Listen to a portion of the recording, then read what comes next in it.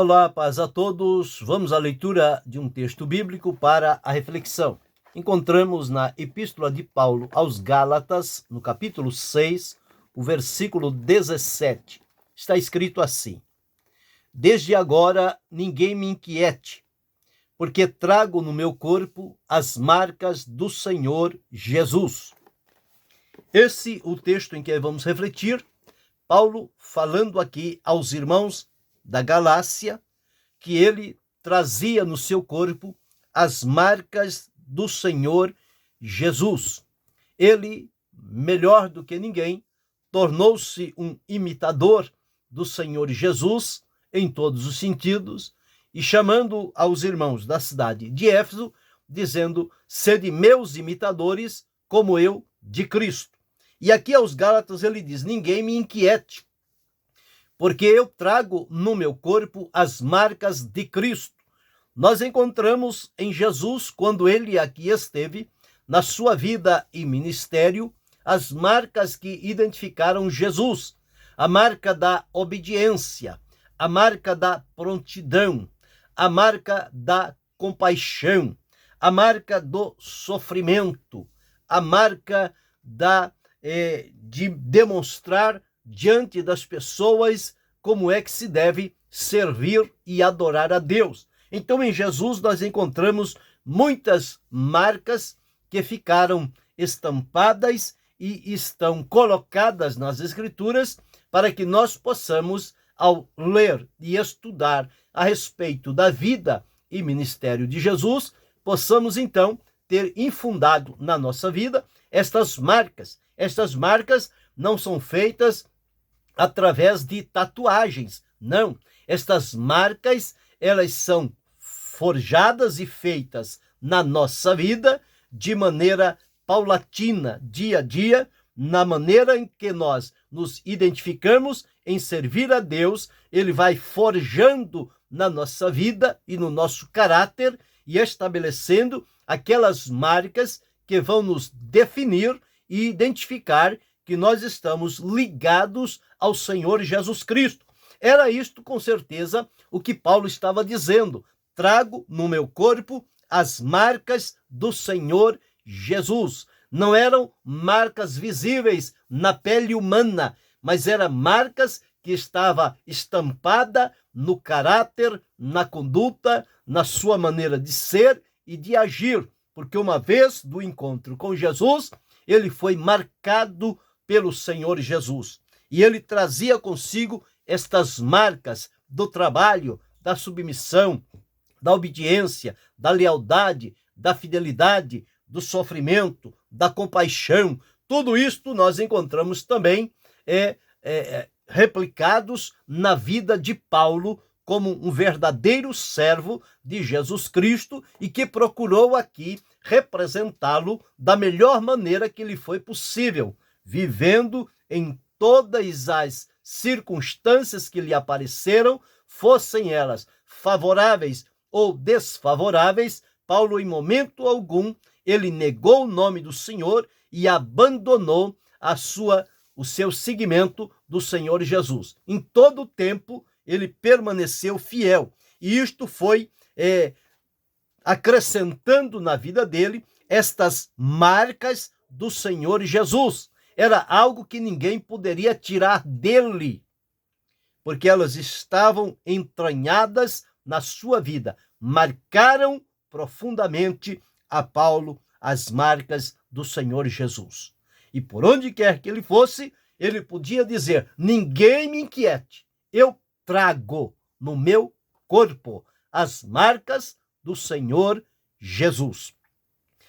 Olhando por este prisma e vendo as marcas de identificação que Paulo trazia consigo, nós somos levados a olhar no conjunto da Escritura e observar, dentre tantas elas, pelo menos 9 marcas de identificação. Para Paulo, a marca que o identificava era as marcas do Senhor Jesus. Ele diz: eu trago comigo as marcas do Senhor Jesus. Começando por Gênesis, nós vamos observar aqui, esta em Paulo é a primeira marca, as marcas do Senhor Jesus. Mas em Gênesis, no capítulo 4 e no versículo 15, nós vamos encontrar um outro tipo de marca que ficou estampado e todos tiveram conhecimento daquela marca, uma marca que foi feita pelo próprio Deus na vida de um homem que, no estado de pecado, ele tirou a vida de seu irmão. Estamos falando de Caim. Caim, quando matou Abel, e ele não atentou para a advertência de Deus e seguiu o seu mau coração, diz-nos a palavra que ele seria, ele andaria fugitivo e vagabundo sobre a terra e ninguém poderia matá-lo. Mas para que isto acontecesse, o que foi preciso? Foi preciso que Deus colocasse um sinal, uma marca em Caim, para que alguém, ao vê-la, não lançasse mão para tirar-lhe a vida, porque ele iria sofrer as consequências do seu ato contra seu irmão, o que não foi bom diante de Deus. Então, em Gênesis no capítulo 4, versículo 15 diz: "E pôs o Senhor um sinal em Caim, para que eu não ferisse qualquer que o achasse." Então, esta marca estabelecida na vida de Caim foi a marca da maldição. Ele tornou-se maldito diante do Senhor. Por quê? Porque ele agiu contra a vida humana. E para que ninguém tirasse a sua vida, Deus então colocou nele um sinal, uma marca. Então, em Caim, nós vemos a marca da maldição. Mas, por outro lado, nós encontramos outras marcas que a Escritura afirma. A primeira em Paulo foi as marcas de Cristo. Em Caim foi a marca da maldição. Mas em Jacó, conforme registrado no capítulo 32, dos versículos 22 a 32, ali relata-nos quando Jacó estava voltando da casa de Labão para a casa de seu pai Isaque, e que ele chega então no val de Jaboque e passa ali a noite, e aparece-lhe o anjo que vem lutar contra ele. E quando chega o momento de ir, Jacó o agarra e diz: "Não te deixarei ir se me não abençoares." Então o anjo disse a ele: "Qual é o teu nome?" Ele não disse que era Esaú. Ele disse: "Meu nome é Jacó." E o anjo disse: "Não se chamará mais Jacó, mas Israel, pois como príncipe lutaste com Deus e prevaleceste." A partir dali, o nome de Jacó passou a ser Israel. E ele então teve consigo um sinal que o anjo tocou no nervo encolhido que está sobre a juntura da coxa. E a partir de então, Jacó começou a andar manco de uma perna. Mas a marca de Deus ficou estabelecida no coração de Jacó, no nome que ele recebeu e na maneira como ele passou a andar a partir de então. Então Jacó teve na sua vida a marca da transformação. Ele foi transformado. Não era mais um suplantador, não era mais um enganador, não era mais um mentiroso, era agora alguém convicto e seguro diante da presença de Deus, mediante esta transformação. A marca da transformação em Jacó.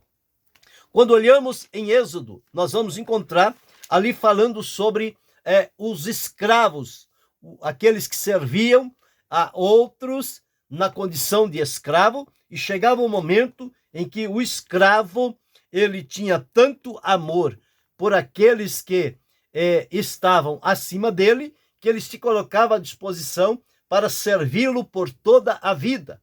E para isso era necessário que fosse à praça e furasse-lhe as orelhas. Era chamado, então, o servo da orelha furada. Quando alguém observava alguém com uma orelha furada, significava que ele tinha feito a promessa de servir até a morte, e servir com alegria e com gratidão. Então, no escravo, nós vemos a marca da servidão.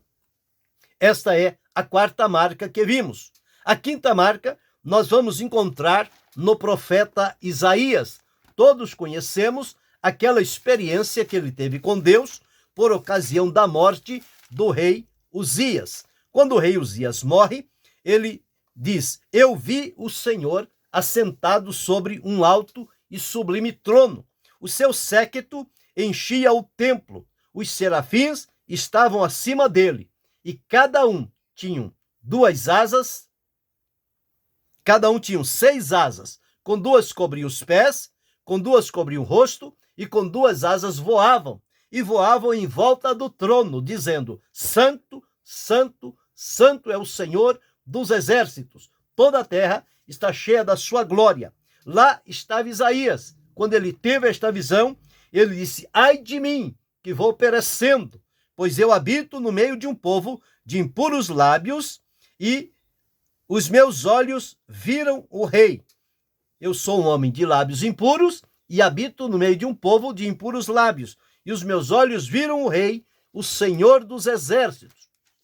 Quando ele está pensando que vai morrer, Deus ordena a um serafim que pegue uma brasa viva com uma tenaz, dirija-se a Isaque, toque nos seus lábios, e a partir de então diz assim: eis, e com ela tocou a minha boca e disse: eis que isto tocou os teus lábios, a tua iniquidade foi tirada e o teu pecado foi purificado. A partir de então, Isaías estava apto para ouvir a voz de Deus e seguir adiante. Em Isaías, vemos então a marca da purificação. Esta é a quinta marca de que estamos falando, de 9 que nos propomos. A sexta marca nós vamos encontrar na vida do povo de Israel, conforme relatado lá em Êxodo, no capítulo 12, quando, por ocasião da saída do povo de Israel do Egito, na execução da 10ª e última praga, quando os primogênitos seriam mortos, para Israel, o Senhor Deus ordenou que eles então matassem um cordeiro e colocasse o sangue nas ombreiras e na verga da porta, e ninguém saísse fora, porque naquela noite o anjo da morte haveria de passar e ceifar todos os primogênitos. E quando foi à meia-noite, aquele anjo passou por ali e destruiu a todos os primogênitos de Faraó, tanto de homens, de seres humanos, como que de animais. Porém, do povo de Israel, ninguém morreu. Então foi a marca da libertação. Deus, então, libertou este povo do poderio escravizador de Faraó e do Egito. E então, em Israel, nós vemos a marca da libertação, que ficou marcada, e a partir de então, nunca mais eles voltaram para o Egito, saíram em direção a Canaã, e Deus os conduziu pelo deserto, debaixo de uma grande libertação. Outro caso que nós encontramos de marcas que ficaram estabelecidas, nós observamos em Josué, no capítulo 2, do versículo 18, onde, quando por ocasião dos espias que foram enviados para Jericó, lá eles encontraram com uma mulher de nome Raabe. Esta mulher, então, conhecendo a história do povo de Deus, reteve aqueles 2 homens na sua casa e os escondeu quando eles foram procurados para serem mortos. E então, a partir dali, estabeleceu-se uma aliança com o povo de Israel, aqueles 2 espias que foram lá e foram milagrosamente guardados e protegidos por Deus através de Raabe. Então ficou selado entre eles que quando Israel viesse para vencer e conquistar a Jericó e destruí-la, aquela mulher com a sua família seria poupada, seria Raabe. Eis, capítulo 2, versículo 18. Eis que vindo nós à terra, atarás este cordão de fio de escarlate à janela por onde nos fizeste descer, e recolherás em casa contigo a teu pai, a tua mãe, a teus irmãos e toda a família. Será, pois, que qualquer que sair fora da porta da tua casa, seu sangue será sobre a sua cabeça. Nós seremos sem culpa. Mas qualquer que estiver contigo em casa, o seu sangue seja sobre a nossa cabeça, se nele se puser a mão. Então, o que atentamos aqui foi isto realmente o que aconteceu naquela oportunidade, quando então eles juraram diante de Raabe que ela e a sua casa seriam então libertos pelo Senhor, seriam protegidos e guardados. Quando nós vamos atentar para o capítulo 6, o versículo 23 de Josué, está escrito: então entraram os mancebos espias e tiraram Raabe, seu pai, sua mãe, seus irmãos e tudo quanto tinha. Tiraram também a todas as suas famílias e puseram-nos fora do arraial de Israel. Porém, a cidade e tudo que havia nela foram destruídas. Em Raabe, nós encontramos aqui a marca do resgate. Ela foi resgatada em meio a um perigo iminente para com a cidade de Jericó. Então, essa sétima marca na vida de Raabe é a marca do resgate. Todos que encontram-se com o Senhor têm consigo esta marca. A oitava marca nós encontramos sobre Jerusalém. Jerusalém é chamada como a cidade do grande Deus, a cidade do poderoso de Jacó. E todos devem ir a Jerusalém, porque de lá sairá a lei e o Senhor governará através de Jerusalém. Então, em Jerusalém, nós encontramos a marca da proteção. Deus vela sobre Jerusalém. A Escritura nos afirma a orar pela paz de Jerusalém. Esta Jerusalém, que hoje está sob júdice de tantos países e nações, ela voltará a ser o que Deus estabeleceu para ser. Ela será o centro do mundo, de onde Deus, através de Jesus, governará todas as nações. Isto está ainda por acontecer. O Senhor virá sobre esta cidade e governará nela. Portanto, em Jerusalém vemos a marca da proteção. Deus vela, Deus protege sobre Jerusalém. E a igreja, nona marca, que é composta dos salvos e remidos de toda a face da terra, através de Jesus Cristo, cada um de nós temos na nossa vida a marca da salvação. Salvação esta que nos tirou das trevas, nos trouxe para a luz, nos tirou do pecado para a liberdade, da escravidão para a liberdade, do pecado para a libertação. E isto tudo nós encontramos e temos na nossa vida esta marca, a marca da salvação. Salvos, libertos, perdoados e transformados pelo Senhor Jesus Cristo. Então, dentre as marcas que nós listamos aqui, 9 marcas de identificação. A primeira de Paulo, que ele disse: trago no meu corpo as marcas do Senhor Jesus. A segunda marca em Caim, a marca da maldição. A terceira marca em Jacó, a marca da transformação.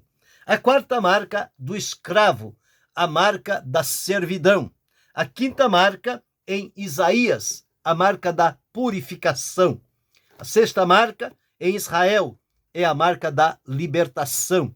A sétima marca em Raabe é a marca do resgate. A oitava marca em Jerusalém é a marca da proteção. E a nona marca, a marca na igreja, é a marca da salvação por Jesus.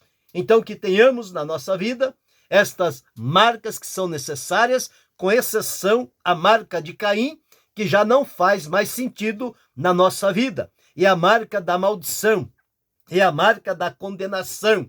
Nós tínhamos esta marca outrora, mas em Jesus ela foi tirada de nós, foi arrancada da nossa vida. E Paulo deixou registrado: portanto, agora nenhuma condenação há para os que estão em Cristo Jesus, que não andam segundo a carne, mas segundo o Espírito. Porém, precisamos trazer em nós as marcas de Cristo, a marca da transformação, a marca da servidão, a marca da purificação, a marca da libertação, a marca do resgate, a marca da proteção e a marca da salvação.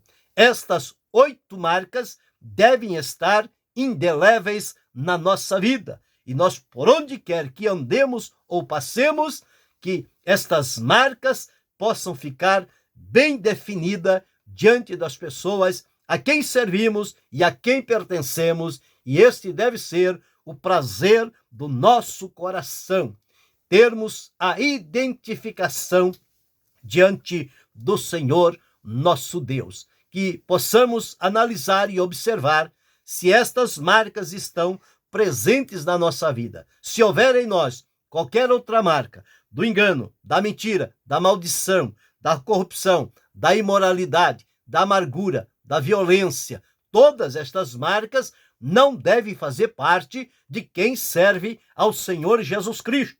Então é preciso que tenhamos passado por transformações profundas e sejamos então marcados com as marcas de Cristo, a marca da transformação, a marca da servidão, a marca da purificação, a marca da libertação, a marca do resgate, a marca da proteção e a marca da salvação por Cristo Jesus. Pense, reflita e medite. Querendo Deus, amanhã retornaremos.